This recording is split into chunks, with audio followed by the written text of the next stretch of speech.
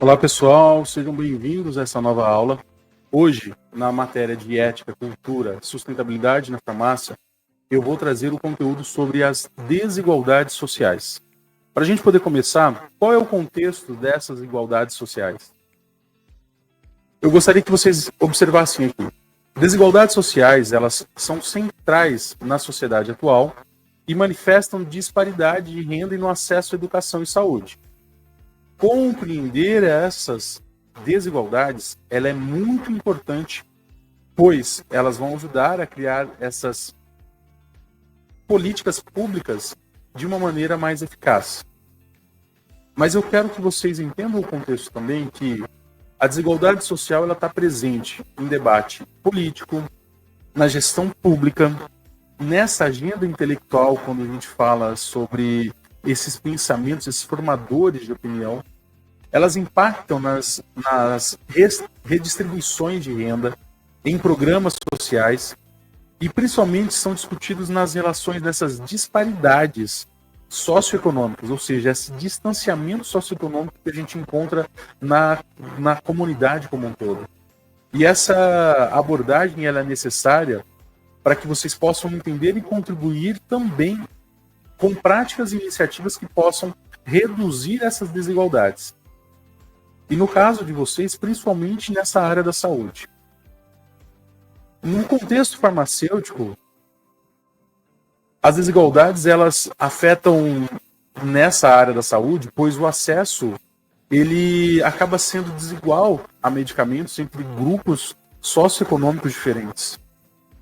E isso pode resultar nessas disparidades nos resultados de saúde, pois algumas populações mais pobres, elas acabam enfrentando mais dificuldades nesses tratamentos de doenças mais crônicas. E isso pode resultar numa qualidade de vida um pouco pior ou bem desequilibrada. Mas afinal, professor, qual é a definição de desigualdade social? O conceito de desigualdade social, e essa é uma definição inicial, ela é uma relação entre pessoas ou um conjunto de pessoas, qual essa integração, ela acaba, uma dessas partes nessa relação, acaba tendo mais vantagem do que a outra. Então é uma interação que gera mais vantagens para um dos lados. Um exemplo foi o que eu citei agora há pouco sobre a área da saúde, que é esse acesso desigual de medicamentos entre diferentes grupos socioeconômicos. Mas, como eu falei para vocês, essa é uma definição, ela é apenas um ponto de partida para essa análise um pouco mais profunda que nós vamos fazer a partir de agora. Eu quero convidar vocês, nesse primeiro momento, vocês conhecerem alguns dados sobre desigualdades no Brasil e no mundo. Vamos lá? Aqui são de um estudo do World Inequality Lab, o laboratório das desigualdades mundiais que integra a Escola de Economia de Paris. O trabalho foi co-dirigido pelo famoso economista francês Thomas Piketty, autor de O Capital no Século XXI. E o projeto contou com a colaboração de uma centena de pesquisadores internacionais. Uma das conclusões do estudo foi que a desigualdade no mundo piorou bastante com a pandemia de Covid. 2020 marcou o maior aumento na fortuna de bilionários, que cresceu 3,7 trilhões de dólares. Para você ter uma ideia, esse valor representa a soma de todos os orçamentos de saúde do mundo. Segundo os pesquisadores, os 10% mais ricos concentram 52% da renda total, enquanto os 50% mais pobres respondem só por 8,5%. Isso já ajuda a escancarar a dimensão da desigualdade no Brasil. Veja só o nosso primeiro dado. Aqui no Brasil, os 10% mais ricos concentram 59% da renda total, ou seja, a gente está pior do que a média global. Isso está no mesmo patamar do Oriente Médio e do Norte da África, as duas regiões do mundo com as maiores desigualdades. Enquanto na Europa os 10% mais ricos concentram 36% da renda total, no Norte da África e no Oriente Médio eles respondem por 58%. Isso é medido no estudo pela paridade de poder de compra, na sigla em inglês PPP, um método alternativo para comparar moedas ao redor do mundo. Isso é importante porque os bens e serviços têm preços diferentes nos países. Então não basta, por exemplo, dizer que o real vale tantos dólares. É preciso relacionar o poder aquisitivo com o custo de vida local. Pois bem, a renda média no Brasil de um adulto é de 14 mil euros, o equivalente a R$ 43.700. Já entre os 10% mais ricos é de 81.900 euros, o equivalente a R$ 530 mil. Essa fatia da população fica com exatos 58,6% da renda total. Para efeitos de comparação, nos Estados Unidos, um país onde também tem uma forte desigualdade social, os 10% mais ricos respondem por 45% da renda. Na China, esse índice é de 42% e na Europa ele varia entre 30% e 35%. E se a gente pegar o 1% mais rico, a diferença é ainda mais gritante. O topo da pirâmide tem uma renda média de 372 mil euros, o equivalente a R$ 1.200.000. Isso significa que eles ficam com um quarto da renda total. O segundo dado é sobre a parte de baixo da pirâmide. Segundo o estudo, os 50% mais pobres ganham 29 vezes menos do que os 10% mais ricos. Na França, por exemplo, os 10% mais ricos ganham 7 vezes mais do que a metade menos favorecida. Essa metade mais pobre da população brasileira precisa viver dividindo entre si 10% da renda nacional. O economista Lucas Chancel é co-diretor do Laboratório de Desigualdades Mundiais e foi o principal autor do relatório. Ele conversou com a nossa colaboradora em Paris, Daniela Fernandes. Ele contou que políticas públicas dos anos 2000, como por exemplo o Bolsa Família e o aumento do poder aquisitivo do salário mínimo, conseguiram até reduzir a desigualdade, especialmente na base da pirâmide. Ou seja, houve uma aproximação das camadas mais pobres da população com a classe média. Mas a discrepância permaneceu praticamente inalterada quando o assunto são os mais ricos. Isso se deve, segundo o estudo, à falta de uma reforma agrária e principalmente a de uma reforma tributária aprofundada. Mas a gente já volta nisso. O terceiro dado do vídeo também é alarmante. A metade mais pobre do Brasil responde só por 1% da riqueza nacional. Ou seja, se as desigualdades de renda já são altas aqui no Brasil, a desigualdade de patrimônio é ainda maior. Uma forma melhor de entender a diferença entre renda e patrimônio é assim. Renda diz respeito ao fluxo de dinheiro, aquilo que a pessoa ganha ao longo de um período de tempo. Estamos falando aqui de ganhos mensais, por exemplo. Esses ganhos podem vir de salário, de investimentos, de rendimentos, entre outras coisas. Já o patrimônio é o estoque de dinheiro que uma pessoa tem, ou seja, são os imóveis, bens de capital, investimentos, ações, o quanto de dinheiro uma pessoa tem no banco, etc. Em 2021, no Brasil, os 50% mais pobres detêm 0,4% da riqueza. Ou seja, não é só menos que 1%, é bem menos do que isso. Na vizinha Argentina, para ficar numa comparação mais próxima, os 50% mais pobres detêm 5,7% da riqueza nacional. Vale ressaltar que na Argentina, que vem enfrentando crises econômicas há décadas, a desigualdade fica abaixo da média na América Latina, embora sejam elevadas segundo o estudo. Chegamos ao quarto dado do estudo. O 1% mais rico responde por quase metade da fortuna patrimonial brasileira. Essa concentração já chama atenção quando analisamos os 10% mais ricos do país. Eles respondem por 80% do patrimônio privado. Mas a concentração de capital é ainda maior na faixa dos ultra-ricos. Os 1% mais abastados respondem por quase metade da riqueza nacional. Nos Estados Unidos, por exemplo, o 1% mais rico responde por 35% da fortuna. Isso representa 13 pontos percentuais menos do que no Brasil. Quais são essas dimensões? Vocês conheceram alguns dados, mas quais são essas dimensões dessas desigualdades? Para a gente poder entender um pouco mais, para a gente analisar essas desigualdades, eu preciso considerar alguns fatores.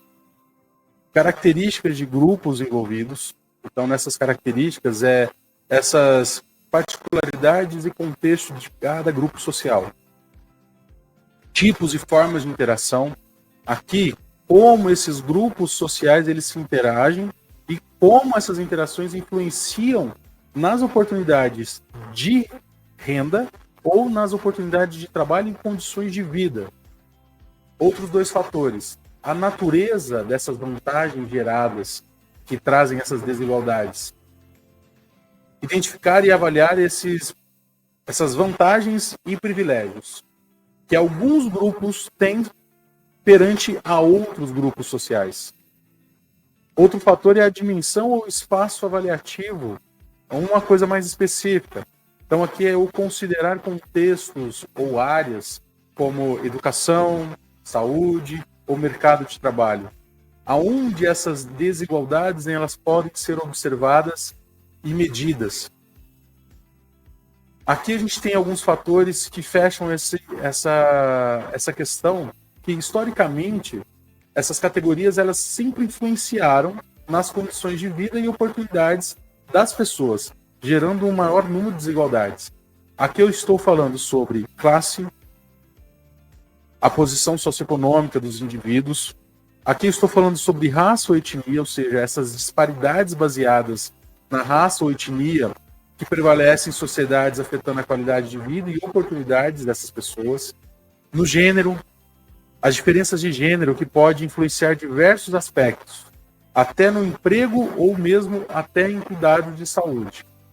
Na migração, indivíduos frequentemente que enfrentam desafios, esses desafios adicionais, como barreiras linguísticas, discriminação e que podem impactar em possíveis oportunidades para que eles possam ter mais igualdade perante aquela comunidade que ele está presente.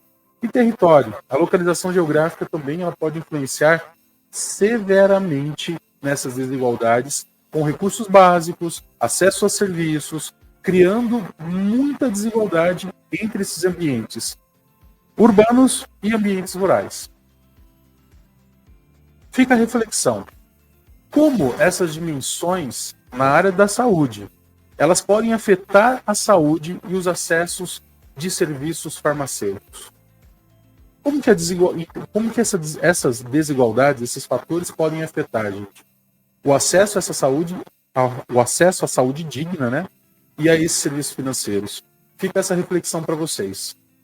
Mas, professor, você falou de fatores, quais são os mecanismos de produção, ou seja, que geram ainda mais essa desigualdade? Aí nós temos aqui 3 mecanismos. A exploração, que está relacionado aos recursos ou pessoas que são usados de maneira injusta por grupos dominantes com a questão simplesmente de ganhar benefícios sobre os outros. Então ele vai ganhar vantagens sobre outras pessoas. Eu tenho aqui também outro mecanismo que é a discriminação. Aí está relacionado àquele tratamento injusto.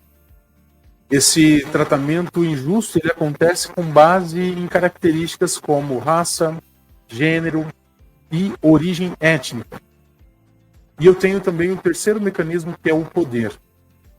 O poder que é a habilidade de influenciar ou controlar o comportamento de outras pessoas. Só que muitas vezes esse controle mantém ainda mais as desigualdades sociais. E esses mecanismos, eles podem acontecer tanto nas instituições, empresas e corporações, como no cotidiano das pessoas. Outra reflexão. Os preços elevados de medicamentos essenciais, isso na área da saúde, eles demonstram como as desigualdades eles podem se manifestar ainda mais de uma forma preocupante, de uma forma crítica dentro da área farmacêutica e em toda a área de saúde. Qual é a perspectiva com conceito e normativa sobre essa desigualdade? Aqui, o meu enfoque é trazer para vocês a compreensão e uma crítica à realidade com alguns fundamentos teóricos e princípios normativos, como ética, justiça e a moralidade. Quando eu falo desses princípios, eu tenho aqui a justiça social. A justiça social, ela é sobre aquela distribuição equitativa. O que é equidade? É quando eu entrego para uma pessoa a mesma oportunidade do que para outra, para ter algo. Exemplo. Eu vou pegar um exemplo bem simples. Se eu coloco aqui eu coloquei para vocês o acesso de educação de qualidade para todos, independente de origem ou questões socioeconômicas. Mas a gente pode ter também um outro exemplo para que vocês possam entender o que é equidade. É quando eu disponibilizo para todos assistirem um jogo. Só que para as pessoas assistirem esse jogo, existe uma barreira, existe um muro. Mas não tem ninguém ali vigiando. Ou seja, Todo mundo tem oportunidade de ver. Mas para que eu seja equalitário, para que eu consiga dar a mesma oportunidade para todos, esse muro ele tem uma altura. E nem todas as pessoas conseguem alcançar sobre essa altura. Então, para que eu consiga atingir essa equidade, é quando eu coloco um banco, por exemplo, para que as pessoas menores possam conseguir assistir. É dessa forma, fazendo essa análise, essa analogia, é que você tem uma atitude equalitária. A mesma oportunidade, conforme as condições da pessoa, para poder ter acesso a uma situação. Outro fator que a gente precisa compreender, normativo e teórico, é a distribuição dos recursos. Esse aspecto, ele se refere às questões materiais e imateriais entre a população. Então, temos exemplos como a política de distribuição de renda por meio de impostos progressivos, que foi citado até no vídeo como uma proposta, benefícios sociais para combater a pobreza. Então, tudo aquilo que eu consigo distribuir, seja material ou imaterial, para poder dar essa equidade, essa mesma oportunidade para todos, eu também estou, com uma forma teórica e normativa, reduzindo a desigualdade no ambiente em que eu vivo. O acesso a oportunidades. Aqui é quando a gente garante que todas as pessoas tenham as mesmas chances de sucesso, independente de raça, independente de gênero, independente de status socioeconômico. Então, bolsas de estudo para estudantes de comunidades carentes, que oferecem oportunidades educacionais iguais, é uma forma da gente também reduzir essa desigualdade, trazer esse acesso à oportunidade. Aqui eu estou falando de uma maneira muito pragmática, como ser equalitário, ou seja, ter uma atitude equitativa para que todo mundo possa ter a mesma oportunidade, o mesmo acesso a algo ou uma oportunidade de crescimento. Cidadania. A cidadania aqui, ela reconhece todos os membros de maneira igual na sociedade. Direitos, deveres, e as pessoas possuem proteção desses direitos civis e também políticos. Exemplo, o nosso direito a voto e a liberdade de expressão. Todo mundo tem o seu direito e tem o seu dever. Mas quais são as questões que são fundamentais para o meu entendimento sobre a desigualdade social? Aqui eu trago um pensamento de um filósofo estudioso indiano, Amartya Sen. Ele é conhecido por algumas contribuições nesse desenvolvimento humano e a economia do bem-estar. Ele trouxe duas questões que são muito relevantes. Primeiro, quando se fala de desigualdade. Igualdade de quê? Essa pergunta, ela nos faz refletir sobre aspectos de vida que vão promover igualdade, como riqueza, saúde e oportunidade. Se eu trago um exemplo na área da saúde, é o acesso igualitário para todos os tratamentos e de maneira de qualidade. Nós, no Brasil, mesmo com o desafio que nós temos, porque a gente tem questões políticas, nós ainda somos muito felizes quando se fala na questão que a gente tem acesso ao SUS. Professor, mas eu vou no SUS, tem altas filas de atendimento, tem um monte de problemas. Realmente, tem um monte de problemas, sim. Não discordo de vocês. Mas é importante a gente entender que, fora do país, vou pegar, por exemplo, como os Estados Unidos, sabe aquele sintoma que você tem de dor de cabeça e você acha que às vezes é uma dengue? Para você poder ser atendido fora do país, nos Estados Unidos, por exemplo, você teria que pagar. Às vezes, naquele momento, você vai ser atendido. Só que aí no dia seguinte você recebe, ou semana seguinte, você recebe uma cartinha com o valor daquele custo que você teve, se tornando algo não igualitário para todos. Então, mesmo com os problemas que nós temos, abre aspas aqui, pessoal, é só uma consideração, não estou falando sobre política A ou B.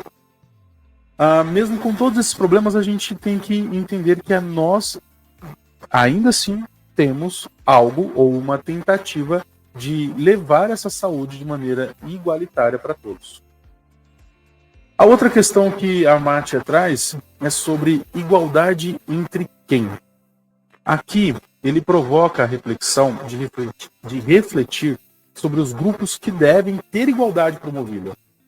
Exemplo, como garantir oportunidades iguais dentro do ambiente de trabalho entre homens e mulheres, independente da sua origem ética ou socioeconômica.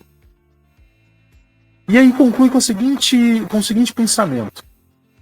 Como vocês responderiam essas perguntas no contexto da saúde pública e da farmácia? Como vocês pensariam essas questões de desigualdades nas implicações práticas e suas respostas, como elas podem influenciar nas suas futuras carreiras como futuros farmacêuticos? E a terceira reflexão, qual é o papel em que cada um de vocês, em que cada um de nós temos nessa promoção da igualdade na saúde? Mais uma reflexão. Professor, afinal de contas, quais são os desafios nessa compreensão das desigualdades? Aí nós temos a compreensão no contexto social, que é compreender como esses fatores sociais, econômicos e culturais afetam nessa distribuição de oportunidades e recursos, como acesso de um paciente a medicamentos e tratamentos. É desafio eu compreender e entender também, as pessoas entenderem e compreender sobre desigualdade na promoção da equidade na saúde, onde envolve criar condições iguais para todos, para que alcancem o seu potencial máximo nessa qualidade de saúde. Exemplo, programas de educação em saúde em comunidades carentes, que podem ajudar a reduzir essas disparidades, ou seja, essas diferenças no tratamento de doenças crônicas. A ética na política profissional, porque infelizmente alguns profissionais deixam de seguir princípios éticos que vão promover essa justiça e dignidade, que vão garantir essa qualidade para todos os pacientes, independente da sua situação financeira.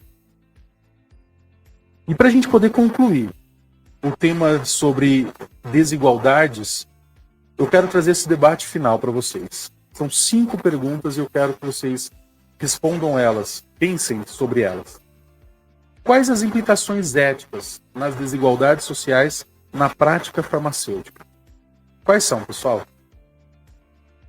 Na sua opinião, como podemos contribuir para reduzir as desigualdades no acesso à saúde? De que maneira o contexto social dos pacientes pode influenciar a eficácia do tratamento que é oferecido? Na sua opinião, em que medida programas de educação, o que eu comentei agora, em saúde, podem impactar positivamente em comunidades carentes?